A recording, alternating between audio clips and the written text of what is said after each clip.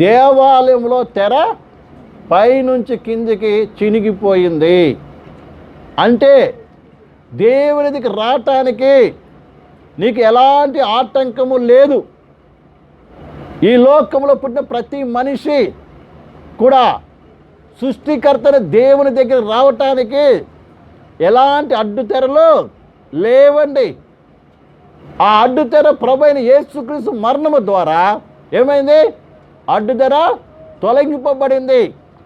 మన ప్రభువైన యేసుక్రీస్తు ఒక నూతనమైన మార్గాన్ని తన స్వరక్తము ద్వారా ఏం చేశాడంట?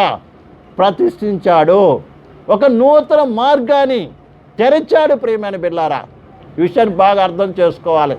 ఆ మార్గం ఎవరో కాదు, ప్రభు అయినట్టు యేసుక్రీస్తు స్వయముగా ఆయనే ఆ మార్గమై ఉన్నాడు.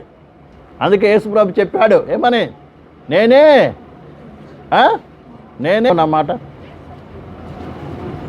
యోహాను సువార్త 14:6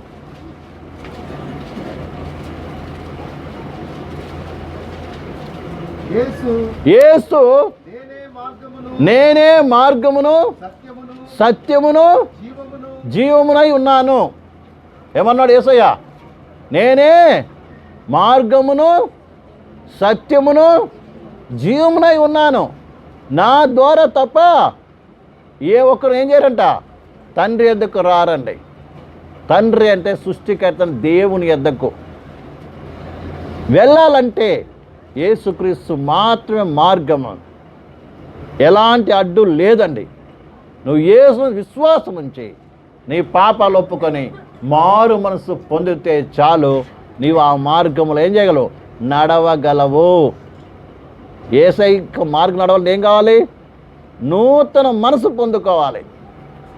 నీ ప్రాచీన స్వభావాన్ని ఏం చేయాలి? నువ్వు విడిచిపెట్టి నూతన స్వభావాన్ని ధరించుకొని నువ్వు అందులో ఏం చేయాలి? ప్రయాణము చేయగలవు. ఈ విషయాన్ని బాగా అర్థం చేసుకోవాలి. కాబట్టి దేవుని వెళ్ళటానికి, పరలోకి వెళ్ళటానికి ఇప్పుడు ఏం లేదు, ఏ అడ్డు లేదు. కేవలం యేసుని విశ్వాసం ఉంచి నువ్వు పాపాలు ఒప్పుకొని మారు మనసు పొందే చాలు, అందులో నుంచి ముందుకు వెళ్ళగలవు. ఆ పరలోకానికి నిత్య జీవాన్ని పొందుకోగలవు.